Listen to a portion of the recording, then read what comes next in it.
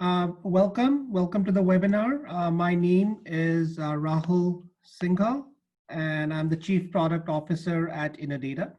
Innodata is a leading data engineering company applying artificial intelligence and machine learning to complex problems. Today, what I thought I'll talk about is how we have used AI and ML for extracting data points from derivatives contracts and fixed income contracts and take you under the hood on how we solved it and what challenges we faced in building our application, and try to finish it in 15 minutes and leave 5 minutes for Q&A, and I can answer other questions after the call, either on a LinkedIn or email me directly. Uh, I like this. I like this quote from Henry Ford. Failure is simply the opportunity to begin again, this time more intelligently. And I'll take you through how we went through iteration of trying to build an AI application and learned our lessons, and then uh, uh, and build a truly disruptive application. But it would be interesting for me to share our lessons learned so that people here can learn from it. So let's start talking about AI, right? The market for AI is expected to be $191 billion. However, 85% of these projects are going to fail. And the fundamental reason why the projects are going to fail is data related, right? So I love this quote from Arvind Krishna, and now he's the CEO of IBM. Data related challenges have halted or canceled the AI projects. Forrester Michelle Goth said, AI projects lack an expert who really understands the content and create annotated content. And Michael Conlon, who's the chief data officer at CIA, talked about solid, clean data being one of the big reasons why AI projects are failing. And when we started building our projects, we faced similar challenges, right? Key challenges that typically lead to not good AI applications is lack of clean, accurate, quality data. A lot of companies have incomplete data or inconsistent data found in multiple formats, or lack of data sufficiency. So our approach, and I'll take you through the actual application, is our approach of trying, we wanted to build an application for head of legal, head of treasury. Some of our clients came back and said they are using legal documents like ISDA, or GIMRAs and CSAs. These are legal documents which have master agreements, which is the raw content. And today they are being managed through a standard document repository. And these documents tend to be image PDFs, which means they're not searchable.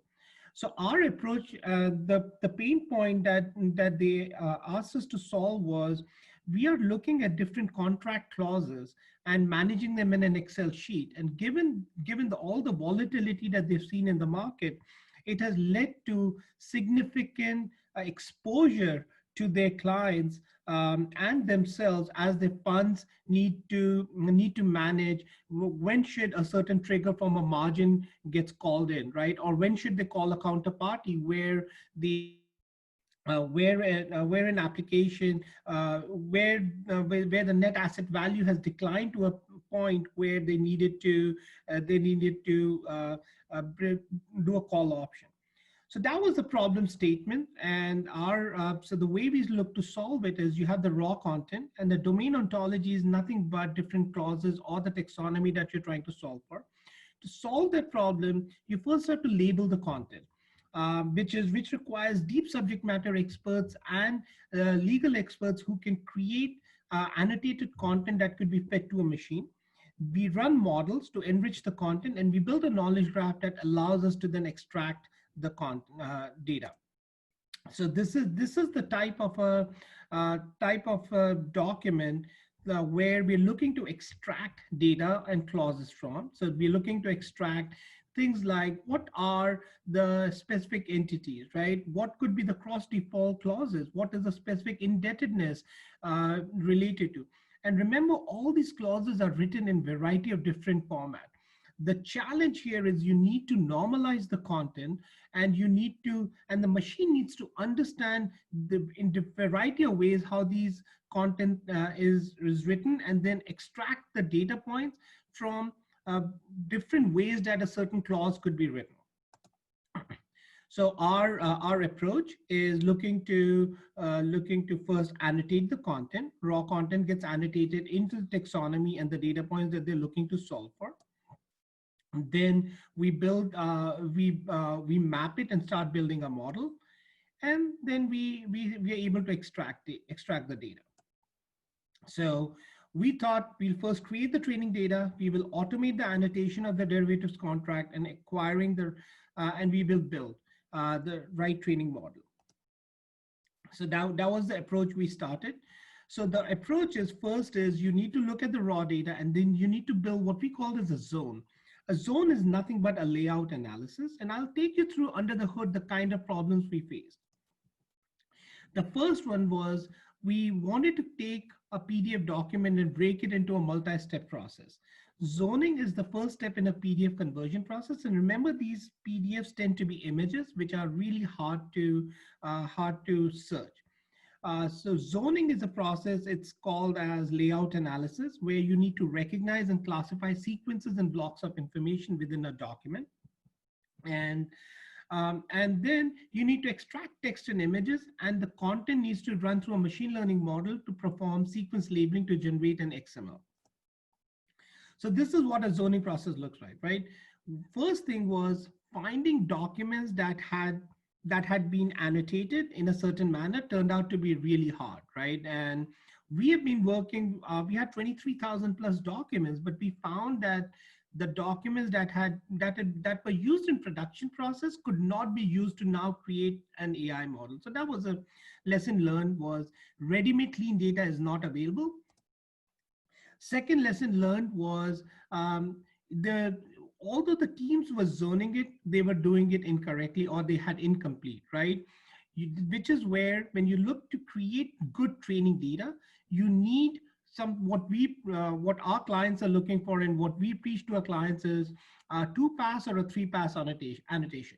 What that means is you need to annotate the content, go through a subject matter expert, and then send another one look at it, and then have an arbitrator who is then validating the results. This ensures good quality content, and we didn't do it. When we started our building the model, we didn't spend time thinking through and creating clean annotated data. And as you would recall, that's one of the things Arvind Krishna, the CEO of IBM and Chief Data Officer of CI, are talking about. Clean annotated data sets is really critical for success. How did we solve the problem? We started to create new data sets. So our lesson learned was, let's start from scratch and create a new data set, then using an existing one, and build small, ensure you can run models on top of that, and run machine learning models, and incrementally add data sets to ensure that you're sure that that you're getting good results.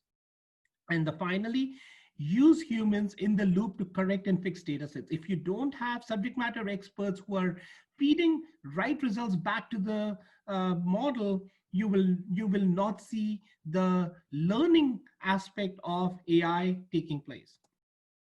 So this is what we started. We started to fix it. Here you can see some clean data set. We are also able to look at different images and tables that we annotated.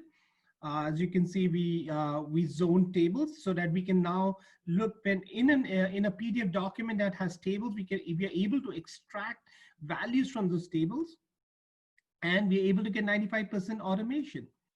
So what do you do after zoning, right? You have to train a model that is able to recognize not only the content through OCR, but also the coordinates, which is the latitude and longitude within of a data point.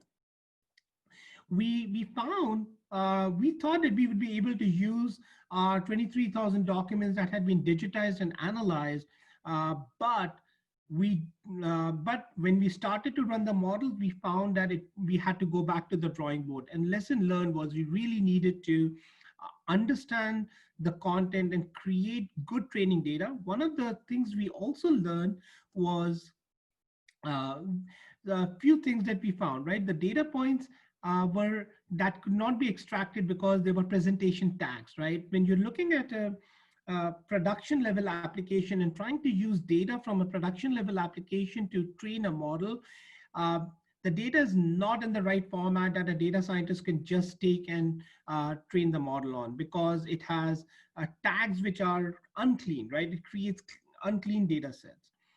It doesn't have the coordinate information that is required to navigate to solve paragraphs, or the business logic is embedded. And this is one of the most critical point that we found, that and production application has already business logic embedded, which doesn't give us enough, which we need to abstract out so that we can apply machine learning models to solve for.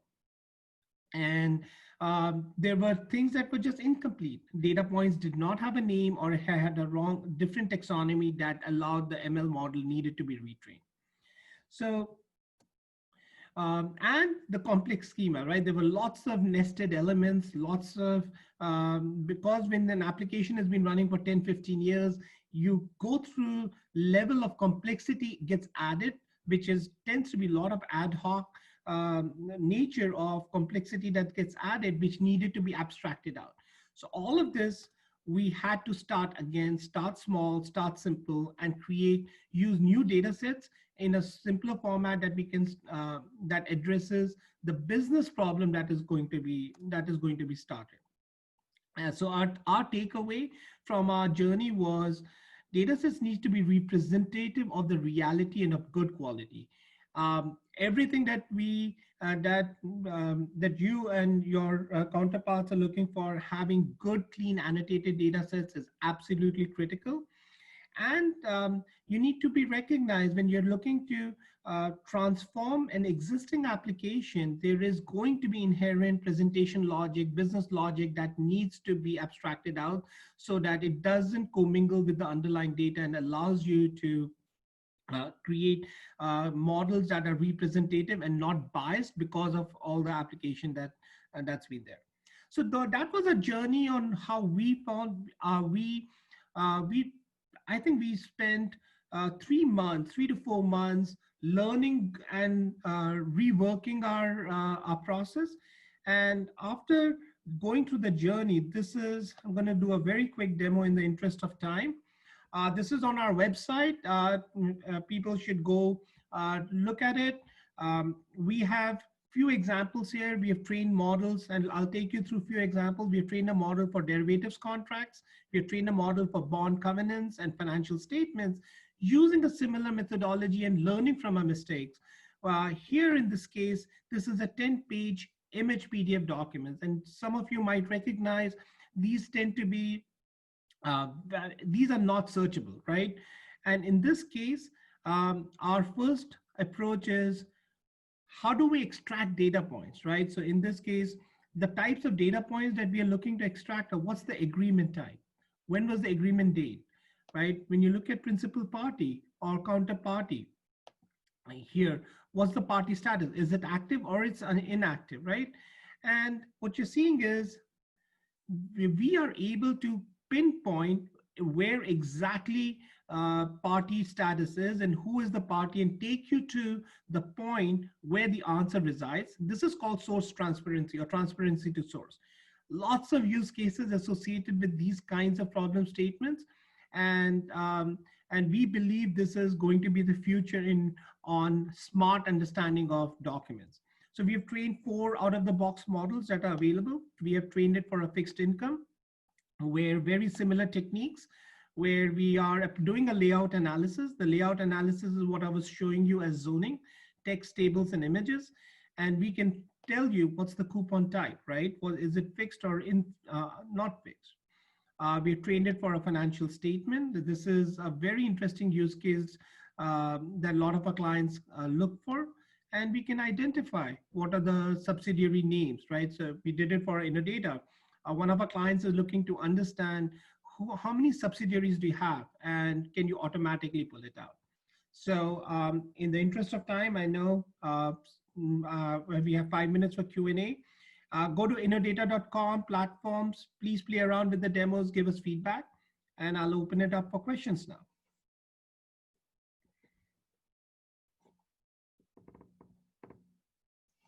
So you can put questions in the Q&A chat window, or you can ask questions directly. Great question from Ying Gyo. Is this applied only for image-based PDF, and what is the accuracy? So this could be applied for either image or extractable PDFs, and the accuracy depends on the training data that we get. We tend to get, to begin with 100, 200 documents, we tend to get anywhere from 60 to 65% accuracy. And then over time, as we add more data and train the model, it tends to get accurate to 80, 85% accuracy. So today, on most of the data models that we've trained, we're getting 85% accuracy. Another question, what do you think has been your biggest challenge with this to date? I think our biggest challenge was finding data, creating clean annotated data, finding subject matter experts, because remember, most of us who are taking care of application, this is an added work that you have to do, which is where Innodata specializes in providing outsourced managed services for creating clean data sets. So we, in this case, we ended up eating our own dog food, right? We used our subject matter experts to create clean training data. So the biggest challenge was finding data, cleaning it, annotating it, so that our data scientists and the chief data scientists could create good models. Another question, would handling those large volumes of data bring performance issues in terms of processing time? How much computing power do you need? Great question, absolutely. Large volumes of data, and especially when we find there are PDF documents, 100 pages, which are very, very large. It requires, it does take time, and and you need to work on optimizing your speed, because I give you a real anecdote. We started, so our application is built on Elastic, and Elastic was giving us minute 30 for a query to be returned, for a data point to be extracted. We were able to bring it down to 25 seconds, which is also a lot. Slowly, we are able to bring it down to now 8 or 10 seconds. So I think as you start to build these applications, the computing power required, as well as optimization on whether you're using Solar or Elastic or other engines, is going to be critical. So having those skill sets that could be looked for are very important. Great questions. All right, so I think I'm at the end of the time. If there are any more questions, please feel free to reach out to me on LinkedIn, or my email is rsinghal1@innodata.com, or put it on the chat. I'll be around and happy to answer any questions. Thank you very much.